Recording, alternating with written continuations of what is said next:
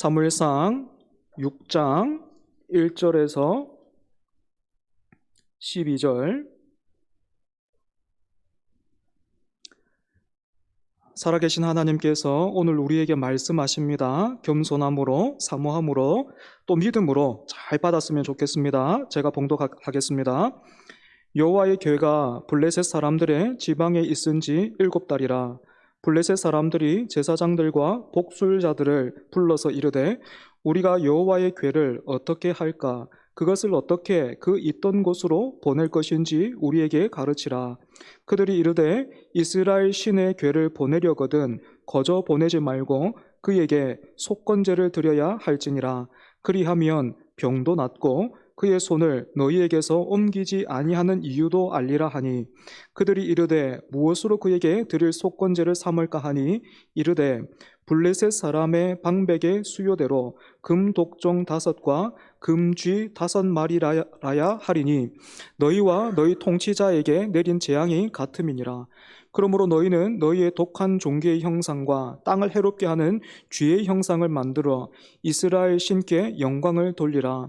그가 혹 그의 손을 너희와 너희의 신들과 너희 땅에서 가볍게 하실까 하노라. 애굽인과 바로가 그들의 마음을 완악하게 한 것 같이 어찌하여 너희가 너희의 마음을 완악하게 하겠느냐. 그가 그들 중에서 재앙을 내린 후에 그들이 백성을 가게 함으로 백성이 떠나지 아니하였느냐. 그러므로 새 수레를 하나 만들고 멍에를 메어보지 아니한 젖 나는 소 2마리를 끌어다가 소의 수레를 메우고 그 송아지들은 떼어 집으로 돌려보내고 여호와의 궤를 가져다가 수레에 싣고 속건제로 드릴 금으로 만든 물건들은 상자에 담아 궤 곁에 두고 그것을 보내어 가게 하고, 보고 있다가 만일 궤가 그 본 지역 길로 올라가서 벳세메스로 가면 이 큰 재앙은 그가 우리에게 내린 것이요 그렇지 아니하면 우리를 친 것이 그의 손이 아니요 우연히 당한 것인 줄 알리라 하니라. 그 사람들이 그같이 하여 젖 나는 소 2를 끌어다가 수레를 메우고 송아지들은 집에 가두고 여호와의 궤와 및 금쥐와 그들의 독종의 형상을 담은 상자를 수레 위에 실으니 암소가 벳세메스 길로 바로 행하여 대로로 가며 갈 때에 울고 좌우로 치우치지 아니하였고 블레셋 방백들은 벳세메스 경계선까지 따라가니라. 아멘. 임마누엘 찬양대 찬양하겠습니다.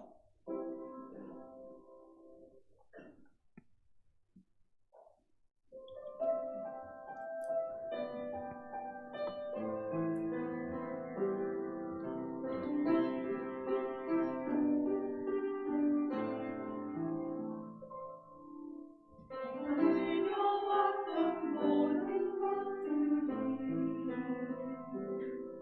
내가 지나왔던 모든 시간이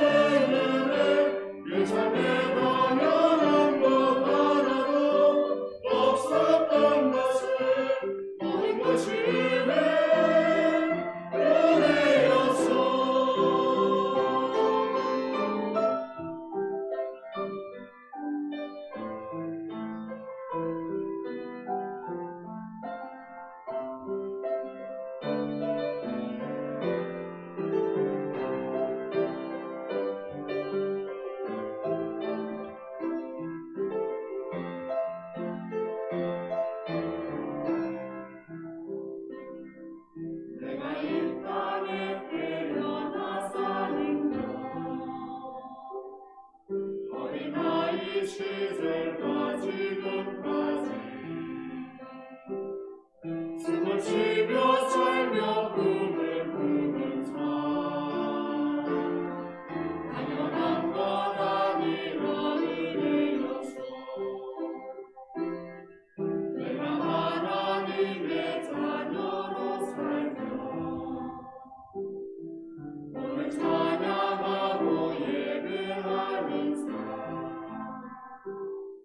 복음을 전할 수 있는 축복이 당연한 것 아니라 은혜였어. 모든 것이 은혜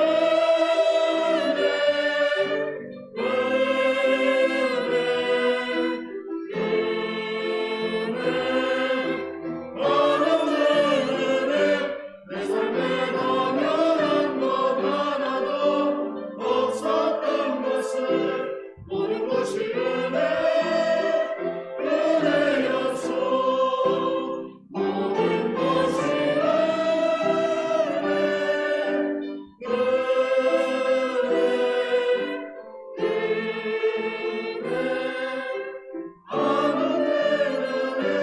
내 삶에 당연한 것 하나도 없었던 것을 모든 것이 은혜였어.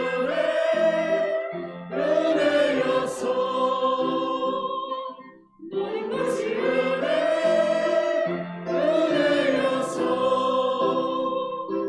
모든 것이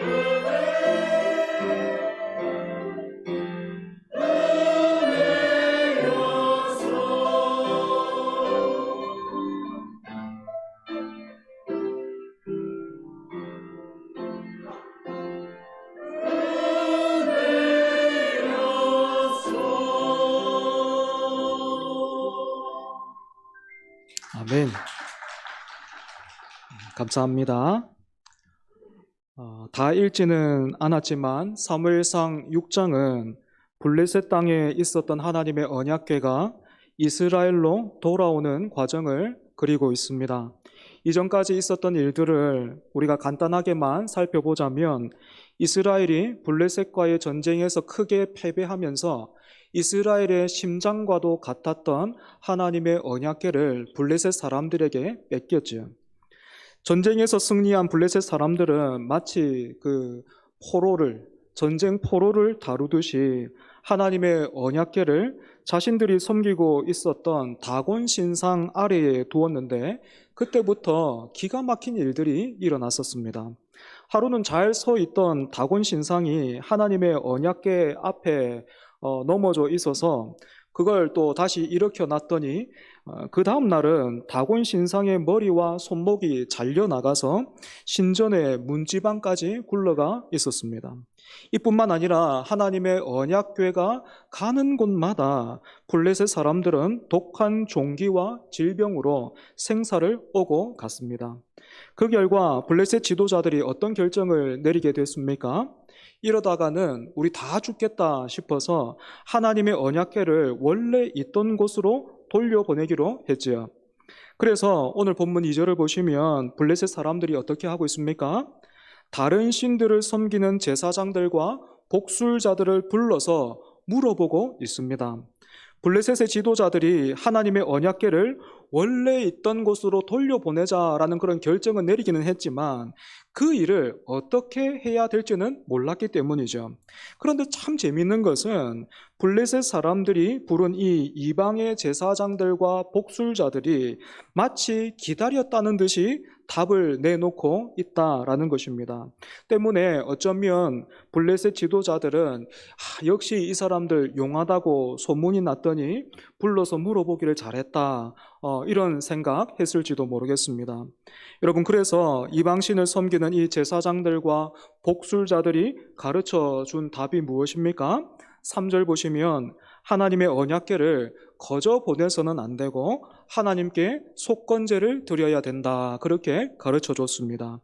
여러분, 속건제라는 이 제사는 구약 성경의 레위기에서도 나오는데요, 레위기를 통해서 보면 이 속건제는 잘못한 일을 뉘우침과 동시에 피해를 입힌 대상에게 배상까지 하도록 하는 그런 제사였습니다.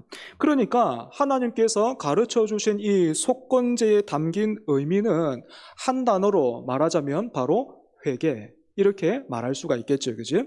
하지만 여러분, 지금 이방신들을 섬기는 제사장들과 복술자들이 권하고 있는 이 속건제는 레위기에서 하나님께서 가르쳐 주신 그 속건제와는 완전히 달라요. 어떻게 다를까요? 여기에는 회개라는 그런 의미는 전혀 없고 그저 진노한 신을 잘 달래서 당장의 화를 면하고자 하는 데만 그 목적이 있기 때문입니다. 이 부분에서 우리는 신앙생활의 중요한 원리를 하나 발견하게 되는데요. 예배자는 가장 먼저 하나님을 경외해야 한다라는 것입니다. 오늘 우리가 주일 예배로 모였는데 하나님을 예배하는 우리 모두에게 가장 먼저 하나님을 경외하는 마음이 있어야 한다라는 거예요. 그러면 여러분, 어떻게 하는 것이 하나님을 경외하는 것이 되겠습니까? 우리가 운전을 할 때 중앙선도 지키고 또 그 차선도 지키는 것처럼 하나님의 말씀을 잘 듣고 그 말씀이 가르쳐 주고 인도하는 대로 하나님 앞에 나오는 거예요. 그런데 만약에 우리 안에 그런 경외함이 사라진다면, 없다면 어떻게 되겠습니까? 오늘 본문에서 블레셋 사람들이 지금 엉뚱한 속건제를 준비하고 있듯이 형식은 예배의 어떤 그런 모습이나 형식을 갖추고 있을지는 몰라도 사실은 그 예배의 목적이 뭐예요? 액땜을 하고 복을 비는 어떤 그런 고사 같은 그런 행위로 전락해버리고 마는 것이지. 그런데 오늘날 너무나 두려운 것이 교회 안에 이미 이런 고사 같은 예배가 얼마나 많은지 몰라요. 중요한 일을 앞두고 또 새로운 일을 시작할 때면 예배로 시작하기는 하지만 사실은 그 예배에 담긴 의미가 하나님, 여기까지 온 것도 하나님의 은혜예요. 우리 찬양대가 오늘 불러 고백한 것처럼 여기까지 은혜로 왔고 또 은혜로 내가 이 일을 시작하고 감당할 수 있게 하셨으니 내가 앞으로도 은혜로 살기를 원합니다. 하나님 말씀대로 내가 다른 것 쫓지 않고 하나님 말씀대로 살고 싶습니다. 하나님 참 버거운데 그래도 하나님 지혜 주시고 믿음 주시고 힘 주십시오. 이 자리가, 이 시간이 하나님께 드리는 예배가 되기를 원하고 하나님께 영광 돌리기를 원합니다. 그런 의미가 아니라 돈과 성공과 복을 원하는 고사에 불과한 경우를 보게 되는 것이지.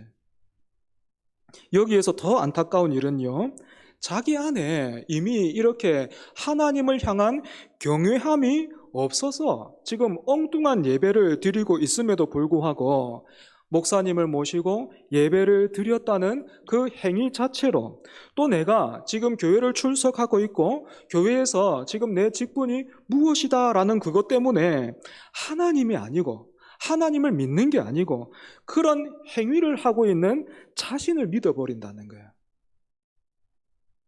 이처럼 오늘날 교회 안에 하나님이 아니라 교회를 출석하고 있는 나, 예배 시간에 앉아있는 나를 믿고 있는 그런 사람들이 얼마나 많은지 모릅니다. 사랑하는 여러분, 우리는 절대로요 이렇게 신앙생활 해서는 안 되겠죠, 그죠? 하나님이 아니라 내 자신을 믿으면 절대로 안 되는 거예요. 그러면 여러분, 블레셋 사람들이 지금 준비하고 있는 이 속건제에 빠져 있는 게 뭘까요? 왜 블레셋 사람들이 준비하는 속건제가 하나님께 드리는 그 예배가 아니라 고사가 될 수밖에는 없습니까? 왜냐하면 이들에게는요 하나님의 말씀이 없기 때문에 그래요. 그래서 블레셋의 지도자들이나 이 사람들에게 속건제를 지금 준비하라고 일러준 이 사람들이요 하나님을 전혀 모르는 사람들인가 하면 그렇지는 않아요. 오늘 본문 6절 보시면 놀랍게도 이 사람들이 출애굽 사건에 대해서 말하고 있고 이 6장에서뿐만 아니라 우리가 사무엘상 4장을 보면 이스라엘 사람들이 그 전쟁터에 하나님의 언약궤를 탁 들고 왔을 때 블레셋 사람들이 절망에 빠지잖아요. 그죠? 절망에 빠졌던 이유가 뭡니까? 그들이 하나님을 알고 있었어요. 그 애굽에서 큰 일을 행하신 그 하나님에 대해서 알고 있었기 때문에 그 언약궤를 보고 블레셋 사람들이 두려워했던 거죠. 그런데 그게 전부였습니다. 하나님은 애굽에서 이스라엘을 구원하셨을 뿐만 아니라 광야 생활을 통해서 하나님이 어떤 분이시고 그래서 하나님을 어떻게 섬겨야 하는지를 잘 가르쳐 주셨는데, 그래서 우리가 말씀을 보면 너희들이 이렇게 생각하는구나, 너희들이 애굽에서는 이런 거에 익숙했지, 그런데 하나님은 이런 분이 아니야, 나 하나님은 너희를 구원한 나 하나님은 그런 존재가 아니야. 그리고 너희도 애굽에서 그렇게 어떤 당했던 그런 처우, 그런 존재가 아니야. 너희는 내가 만들었어 하면서 하나님이 계속해서 그렇게 가르쳐 주셨는데, 지금 이 블레셋 사람들은 이처럼 더 중요하고 더 의미 있는 말씀은 알지를 못하고 그저 하나님이 애굽을 혼내준 것만, 거기까지만 알고 있으니까 이렇게 지금 엉뚱한 짓을 하고 있는 겁니다. 그래서 여러분, 블레셋 사람들이 준비하고 있는 이 속건제를 보면요, 이 당시 미신이 참 많이 들어가 있어요. 블레셋 사람들이 속건제를 위해서 준비한 게 뭡니까? 금으로 독종 모양과 쥐 모양을 각각 5개씩 만들지요. 왜 하필이면 여러분 독종 모양이고 또 쥐 모양이겠습니까? 이 당시 민간요법이라고 할 수 있겠는데, 우리가 잘 아는 사자성어에 열은 열로서 다스린다라는 뜻의 이열치열이라는 말 있지 않습니까? 그죠? 마찬가지로 하나님께서 블레셋 사람들의 몸에 독종이 나게 하셨고 또 전염병이 돌게 하셨으니까 하나님께 받은 그대로 돌려드린다라는 그런 의미로 지금 이 사람들이 금으로 독종 모양을 만들고 또 전염병을 옮기고 다니는 그 쥐 형상을 만들어서 지금 이 재앙을 한번 다스려 보자라고 하고 있는 겁니다. 5개의 그러면 이 숫자의 의미는 무엇이겠습니까? 이 당시 블레셋을 대표하던 그 5개의 주요 도시를 가리키고 있습니다. 그러니까 블레셋의 모든 도시가 하나님께서 내리신 재앙에 철저히 패배했던 것이죠. 흥미로운 것은 5절을 보시면 이렇게 엉뚱한 속건제를 준비시키고 있는 사람들이 블레셋의 지도자들에게 이렇게 말하고 있다는 거예요. 하나님께 영광을 돌리라. 그러면 너희들에게 살 길이 열릴 것이다. 이렇게 말하고 있어요. 하나님의 백성 이스라엘은 놓쳤고 또 가볍게 여겼던 이 하나님의 영광을 이방신을 섬기는 제사장들과 복술자들로부터 듣고 있자니 너무나도 서글프고 또 부끄러움에 얼굴이 달아오르지만, 사실상 여러분 하나님께 영광을 돌리라 그러면 너희들의 살 길이 열릴 것이다, 이 말의 의미도 뭡니까? 하나님께 영광을 돌리는 그것 자체가 목적이 아니고 다시 살만해지는 게 목적이에요. 다시 살만해지는 게 목표지요. 예배 그 자체가 목적과 의미가 아니라 그 예배를 통해서 얻게 될 결과가 이 사람들에게는 목적이 되고 있는 것입니다. 이처럼 얻고자 하는 것이 분명해졌다면 여러분 어떻게 하면 좋겠습니까? 뭐 더 이상 망설일 게 없지요. 그런데 여러분, 엉뚱한 속건제를 준비한 사람들이 또 어떤 일을 지금 하고 있는지 한번 보십시오. 지난 7달 동안 하나님의 언약궤로 인해서 겪었던 그런 일들을 생각하면 어떤 방법을 쓰든지 지금 이 하나님의 언약궤를 이스라엘로 빨리 보내고 싶은 것이 당연할 텐데도 블레셋 사람들이 무엇을 지금 어떻게 하고 있는지 여러분 7절 보십시오. 우선은 하나님의 언약궤와 함께 이 속건제의 제물을 실어서 보낼 새 수레가 준비되고 있죠. 지금으로 말하자면 자동차를 새로 뽑았다는 거예요. 포터 같은 거 새로 딱 준비했다는 거예요. 그런데 재밌게도 이 수레를 모는 사람이 없어요. 대신에 이 수레를 끌고 갈 암소 2마리를 준비했는데 이 암소도 어떻습니까? 방금 새끼를 낳았는 데다가 멍에를 메어 본 적도 없습니다. 여러분, 새끼를 낳은 암소가 그 새끼 곁을 떠나려고 할까요? 그것도 2마리입니다. 그러니까 2마리 암소는 본능적으로 각각 자기 새끼가 있는 그곳으로 가려고 하겠죠, 그죠? 뿐만 아니라 이 두 마리의 암소는 멍에를 메어 본 적도 없기 때문에 수레를 모는 일에도 적합하지가 않아요. 때문에 블레셋 사람들이 지금 준비하고 있는 이 수레는 누구도 원하는 곳으로 몰고 갈 수 없는 그런 수레지요. 그죠? 여러분, 왜 이렇게 말도 안 되는 수레를 이 사람들이 준비했습니까? 본문 8절부터 여러분 9절 한번 보시겠습니까? 제가 한번 읽겠습니다. 여호와의 궤를 가져다가 수레에 싣고 속건제로 드릴 금으로 만든 물건들은 상자에 담아 궤 곁에 두고 그것을 보내어 가게 하고 보고 있다가 만일 궤가 그 본 지역 길로 올라가서 벳세메스로 가면 이 큰 재앙은 그가 우리에게 내린 것이요 그렇지 아니하면 우리를 친 것이 그의 손이 아니요 우연히 당한 것인 줄 알리라 하니라. 만약 이 수레가 이스라엘의 벳세메스로 가면 이제까지 7달 동안 자신들이 겪었던 그 모든 일들이 하나님께서 내리신 일인 줄 알기로 그렇게 하고 수레가 만일 다른 곳으로 향하거든 그동안에 겪었던 그 일들은 우연히 나쁜 일들이 겹쳐서 일어난 줄 알겠다 한 겁니다. 오늘 우리는 성경을 통해서 이 사건의 결과를 이미 알고 있지만 성경에 대한 지식이 전혀 없다고 한다면 여러분, 블레셋 사람들이 준비한 이 수레가 이스라엘의 벳세메스로 가는 일이 가능이나 하겠습니까? 이 수레가 이스라엘로 갈 수 있겠습니까? 절대 불가능하지. 만약에 이 수레가 벳세메스로 간다면 그건 기적이라고 말할 수 있을 겁니다. 그러니까 지금 이 사람들은 기적을 통해서만 우리가 하나님을 인정하겠노라 라고 말하고 있는 거죠. 그런데 이런 사람들 앞에서 기적이 일어납니다. 새끼를 떼어둔 암소가 울면서 본능으로 살아가는 그 짐승이 본능을 따라 움직이는 것이 아니라 그것도 한 마리가 아니라 두 마리가 같이 동시에 좌로도 우로도 치우치지 않고 벳세메스로 곧장 갔던 거예요. 여러분, 기적이 일어났어요. 지난 7달 동안 있었던 모든 일들은 우연이 아니라 하나님이 하신 일이라는 것이 그들의 방식대로 증명이 된 것입니다. 그러면 여러분, 어떻게 하는 것이 합당하고 옳겠습니까? 놀랍구나, 하나님이 이리도 크시구나 하면서 이제부터는 다곤이 아니라 하나님을 여러분 믿어야 되지 않겠습니까? 하지만 하나님의 언약궤를 실은 수레가 곧장 벳세메스로 그렇게 가는 것을 본 이 블레셋의 지도자들이 어떻게 합니까? 하나님을 인정하고 하나님을 높이고 하나님을 믿기로 한 것이 아니라 벳세메스에 살고 있던 이스라엘 사람들이 암소와 또 수레를 가지고 하나님께 제사를 드리는 것까지를 보고 나서 그들이 살고 있던 곳으로 그냥 돌아가 버려요. 하나님의 언약궤가 다시는 자신들에게로 돌아올 일이 없다라는 것까지 확인한 뒤에 돌아간 것입니다. 그리고는 아마도 이 사람들 서로 막 이런 이야기 하면서 갔겠죠. 그죠? 야, 그거 참 신기하네. 야, 이제 우리 살았다 하면서 그렇게 돌아갔을 겁니다.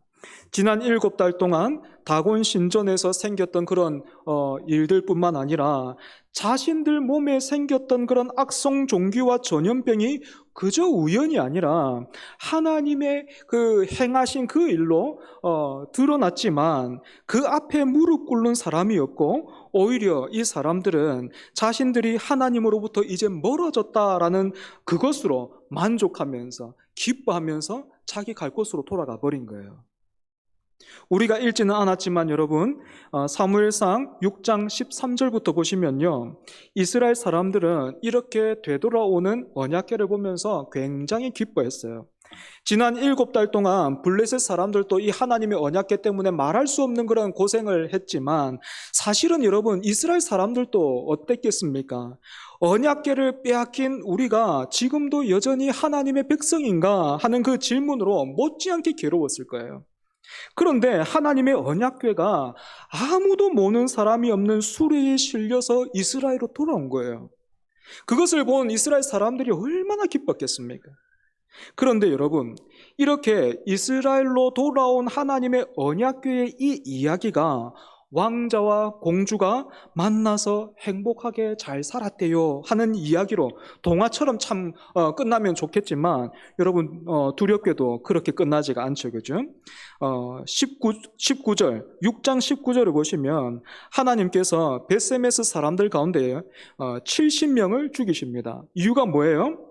벳세메스 사람들이 하나님의 궤를 함부로 들여다봤기 때문이죠. 뭐 그거 한 번쯤 볼 수 있지. 여러분 뭐 그렇게 생각하십니까? 그런데 그렇지가 않아요. 여호수아서를 통해서 보면 이 벳세메스는요 레위 사람들이 살고 있던 지역입니다. 성막과 성소의 일들을 전문적으로 담당했던 그 사람들이 하나님의 언약궤를 어떻게 대해야 되고 또 어떻게 다루어야 한다라는 것을 그 누구보다도 잘 알고 있었던 사람들이 마치 하나님을 어떻게 해요? 오랜만에 만난 그 친구처럼 그냥 뭐 어깨동무를 탁 하듯이 아유 왔구나 하면서 어깨동무를 탁 하듯이 그렇게 대해버린 거예요. 이 사건으로 인해서 벳세메스 사람들은 슬퍼하면서 이렇게 말했습니다. 여러분 6장 20절 한번 보시겠습니까? 6장 20절입니다. 제가 읽겠습니다. 벳세메스 사람들이 이르되 이 거룩하신 하나님 여호와 앞에 누가 능히 서리요 그를 우리에게서 누구에게로 올라가시게 할까 하고. 블레셋 사람들이 하나님의 언약궤를 감당하지 못했듯이 이스라엘 사람들도 하나님의 언약궤를 감당하지 못하고 있는 겁니다. 사랑하는 여러분, 이처럼 오늘 본문에서 우리는 하나님의 언약궤 앞에서 어떻게 할 줄을 알지 못하고 있는 사람들을 만나 보고 있습니다. 블레셋 사람들은 하나님의 임재가 너무나도 두렵고 불편해서 제사장들과 복술자들을 불러서 묻기에 바빴고, 이스라엘 사람들은 블레셋 사람들과는 다르게 하나님의 그 임재를 반기기는 했는데 그 앞에서 한없이 경솔하죠. 사랑하는 여러분, 오늘 말씀을 통해서요, 하나님은 절대 거룩하신 분이시다라는 것을 다시 한번 기억하는 은혜가 저와 여러분 가운데 있기를 원합니다. 하나님이 거룩하시다라는 말은요, 사람이 무엇으로도 하나님을 다룰 수 없다라는 말이 되기도 합니다. 하나님은 비법이나 비결로 묶어둘 수 있는 그런 분이 절대로 아니다라는 거예요. 여러분, 뭐 기도 응답을 받는 비결, 뭐 승리하는 비결, 이런 제목 이렇게 붙어있는 설교 말씀 들으면 여러분 귀가 이렇게 혹하죠. 마음이 이렇게 막 움직이죠. 여러분, 비결로 묶을 수 없어요. 하나님은요 절대로 공식으로 묶을 수 없습니다. 성경에 어떤 발견한 것 그거 가지고 우리가 그거 가지고 하나님을 경외함 없이 하나님 이렇게 돼 있는데 왜 안 들어주십니까? 안 된다는 거예요. 하나님은 절대로 비법이나 공식에 묶여 계신 분이 아니에요. 여러분, 신앙생활에 있어서요, 진심과 정성과 열정도 필요하지만 순서가 중요해요. 순서가 중요합니다. 말씀이 없으면, 성경이 우리 중심에 자리 잡지 않으면 우리도 얼마든지 진심과 정성과 열정을 다하지만 오늘 블레셋 사람들이 그랬던 것처럼 고사 같은 예배 드릴 수 있다는 거예요. 뿐만 아니라 본문을 통해서 우리가 또 하나 확인하게 되는 사실은요, 하나님이 불러주시지 않으면, 하나님이 그 마음을 두드려서 그 마음을 여시고 그 마음 가운데 말씀을 주시고 하나님께서 그렇게 붙들어 주시지 않으면 사람은 아무리 많은, 그리고 아무리 신기한 일을 기적이라고 부를 수 있는 그런 일이 벌어진다고 해도 그 영혼이, 그 사람이요, 하나님 앞에서 절대로 무릎 꿇지 않는다는 거예요. 여러분, 블레셋 지도자들이 기적을 보면서 다행이다 하면서 자기 있던 곳으로 돌아갔던 거 생각해 보십시오. 그 앞에서 무릎 꿇지 않는단 말입니다. 이렇게 본다면 여러분, 오늘 저와 여러분이 복되고 거룩한 주일을 맞아서 이 예배 자리에 나와 있는 거 얼마나 큰 복입니까? 얼마나 큰 은혜입니까? 이 은혜를 붙들고 또 이 은혜를 힘입어서 하나님의 거룩함에 경외함과 사랑으로 반응하는 저와 여러분 되기를 바랍니다. 사랑하는 여러분, 우리가 참된 예배자로 서는 일에는요, 지름길 없어요. 지름길 없습니다. 그저 되지도 않고요, 많은 훈련과 인내가 필요해요. 비결과 비법으로 앞질러 가려고 하는 순간 우리는 벳세메스 사람들처럼 혼이 날 거예요. 하나님 앞에 경솔히 행하다가 70명이나 죽었던 그 벳세메스 사람들처럼 혼이 난단 말입니다. 대신에 하나님 앞에서 저와 여러분은요, 본능을 따르지 않고 좌로도 우로도 치우치지 않고 곧장 벳세메스로 나아갔던 그 두 마리 암소와 같아야 될 줄로 믿습니다. 정말 너무 신기하고도 슬프지 않아요? 사람보다 짐승이 나은 거예요, 지금. 하나님이 말씀하시는 거죠, 그죠? 블레셋 사람들은 물론이고 이스라엘 사람들도 암소보다 못한 거예요, 지금. 여러분, 하나님은요, 우리가 이미 하나님 앞에서 예배자로 살 수 있도록, 하나님을 경외하면서 살 수 있도록 모든 것을 주셨어요. 필요한 모든 것을 주셨습니다. 무엇을 주셨습니까? 약속대로 예수 그리스도를 주셨고, 또 오늘 우리 안에 성령 하나님이 계세요. 우리 안에 성령 하나님이 계십니다. 두 마리의 암소가 울면서 벳세메스로 향했던 것처럼 이 땅을 살아가는 우리도 울 수밖에 없는 여러 가지 일들을 만나죠. 여러분, 그때 기억하십시오. 하나님이 우리와 함께 하십니다. 불러야 오는 분이 아니라 성령으로 이미 함께 하신다고요. 더 이상 가까이 계실 수 없을 정도로 우리와 함께 하시는 것입니다. 그리고 나와 같이 멍에를 쥐고 가는 그런 지체들이 우리 공동체에, 지금도 여러분 옆을 보십시오. 내 옆에 있잖아요. 같이 교회를 세워가는 이 지체들이 내 옆에 있잖아요. 나와 함께 있습니다. 혹시 하나님을 닮아가고 그 앞에서 살아가는 일에 넘어지거나 또 실패하셨습니까? 그래서 낙심이 되고 여러분 무기력하십니까? 하나님의 언약궤가 여러분 너무나도 놀랍게, 그 하나님이 이스라엘 백성들의 경솔함은 몰랐을까요? 그 이스라엘 백성들이 거룩하지 않다는 거 하나님 몰라서 그냥 이거 와보니까 얘들도 아니네, 여러분 그런 겁니까? 그렇지 않잖아요. 그럼에도 불구하고 그 언약궤가 어디로 돌아갑니까? 이스라엘로 돌아가는 거예요. 그 백성들에게 답이 없는데, 똑같이 블레셋 사람들이랑 똑같은데 그 백성들에게 놀랍게도 하나님이 돌아가시는 거예요. 내가 거룩하니 너희도 거룩하라. 내가 그 일을 이루기까지 너희를 절대로 떠나지 않겠다 하시는 것입니다. 하나님이 절대로 우리를 외면하시거나 그냥 두시지 않아요. 이 은혜를 힘입어서 오늘뿐만 아니라 우리의 삶 전체가, 우리의 인격이 하나님을 경외함으로 채워지고 그렇게 예배자로 살아가기를 힘쓰는 저와 여러분 되기를 바랍니다. 그런 의미로 오늘 나 주님의 기쁨 되기 원하네, 우리 같이 한번 기도하는 마음으로 찬송했으면 좋겠습니다. 여러분, 얼마나 우리가 하나님을 경외함을 놓치고 뒤바꿔서 살 때 많습니까? 말은 이렇게 하는데 사실은 어떻게 살았습니까? 하나님이 내 기쁨이 되어줘야 될 것처럼, 마치 우리 아이들에게 산타클로스는 없다 이렇게 가르치지만 하나님을 산타클로스처럼 그렇게 여기면서 살 때 많았잖아요, 그죠? 하나님을 경외함으로 다시 예배 자리로 돌아오게 해달라고, 하나님 내가 그 예배자의 자리를 사모합니다, 그 심정으로 기도하는 마음으로 우리 같이 한번 고백하겠습니다.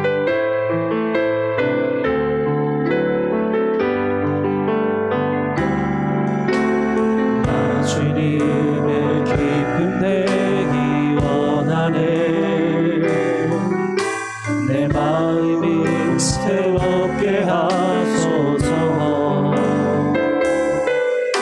새 그대가 되게 하여 주사. 주님의 빛 비시게 우리 다시 한번 고백합니다. 나 주님의 기쁨 되기 원하네. 나 주님의 기쁨 되기 원하네. 내 마음을 새롭게 하소서. 새 부대가 되게 하여 주세. 새 부대가 되게 하여 주사. 주님의 빛 비추게 하소서. 내가 원하는 한 가지, 내가 원하는 한 가지, 주님의 기쁨이 되는 것.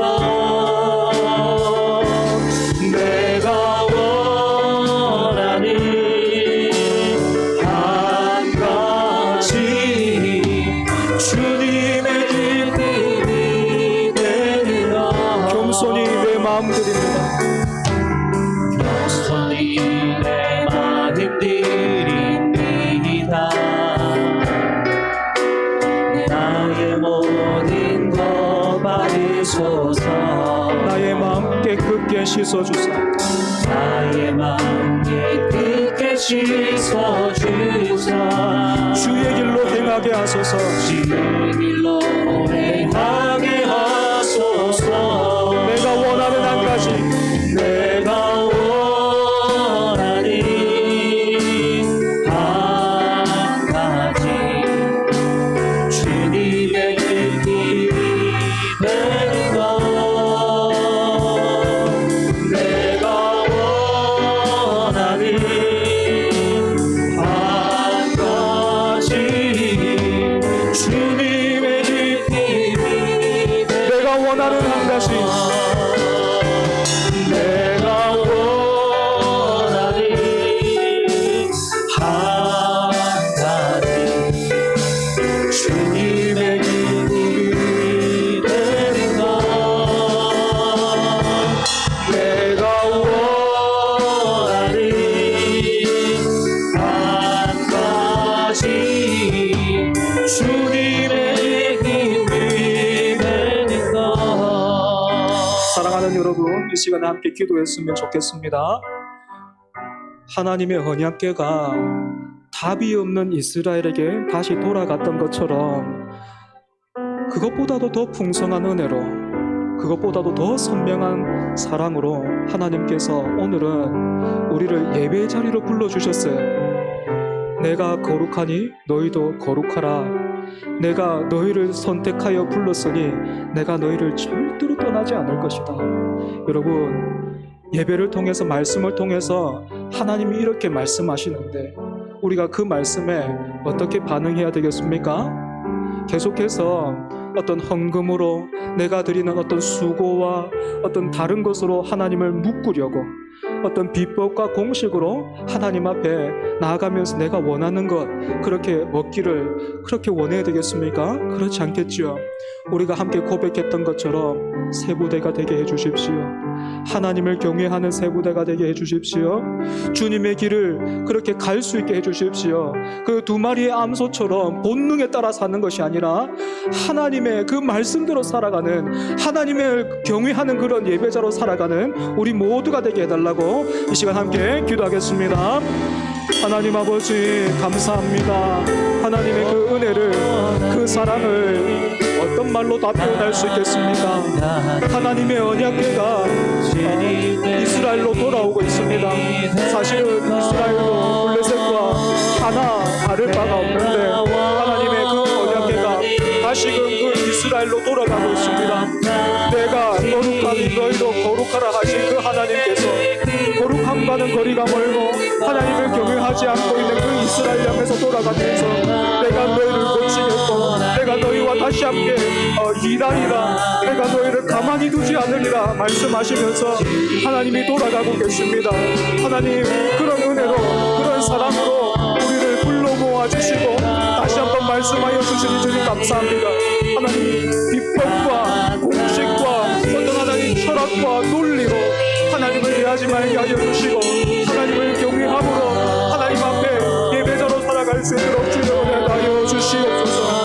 우리 가운데 하나님을 향한 그런 사랑과 하나님을 향한 그런 사모함과 두려움이 하나님 언제부턴가 사라져서 하나님, 우리의 기도와 우리 예배가 마치 그 하나님 보사와 같은 하나님 그런 모습으로 변질되지 않았습니까? 그럼에도 불구하고 내가 하나님 예배하고 있기에, 내가 목사이기에 하나님 아버지 그것을 믿고 그런 내 자신을 믿고 있지 않았습니까? 주여 우리를 불쌍히 여겨주시고 하나님,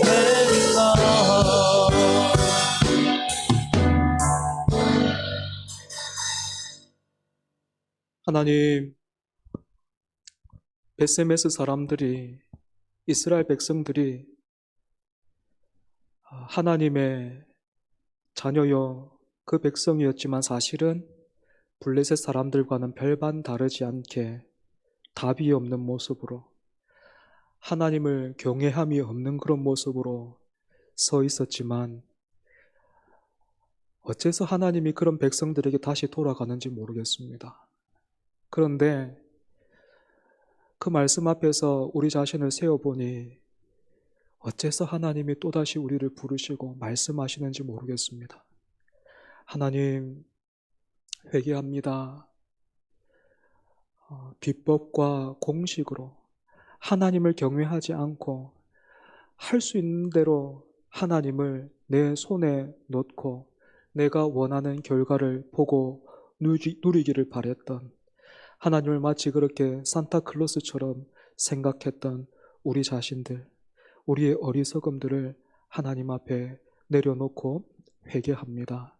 그리고 불러주신 이 은혜를 힘입어서 다시 한번 새 부대가 되기를 원합니다. 하나님, 우리 안에 다른 것으로 먼저 채워주시지 마시고 믿음으로 채워주십시오. 하나님을 경외하게 해주십시오. 하나님을 두려워하게 해주시고 하나님을 사모하게 해주십시오. 내가 듣고 싶은 대로 듣고 내가 보고 싶은 대로 보고 그것이 전부가 아니라 끝까지 우리 일평생 하나님의 말씀에 우리의 마음을 두고 하나님을 경외함으로 하나님이 허락하시는 모든 시간과 장소와 그 만남들 속에서 하나님 예배자로 살아가게 하여 주시옵소서. 그런 예배자로 살아가기를 힘쓰고 애쓰는 우리가 되게 하여 주시옵소서. 넘어지고 실패한다 할지라도 계속해서 우리와 함께 하시고 떠나지 아니하시는, 내가 너를 붙들고 있다, 내가 너와 동행하고 있다라고 말씀하시는 이미 우리 안에 계신 그 성령님을 통해서 다시 한번 쓰러지고 넘어졌던 그 자리에서 일어나 그 암소 2마리처럼 좌로도 우로도 치우치지 않고 곧장 예수님 따라가게 하여 주시옵소서. 그런 삶을 사모하는 우리 모두가 되게 하여 주옵소서. 예수님 이름으로 기도합니다. 아멘.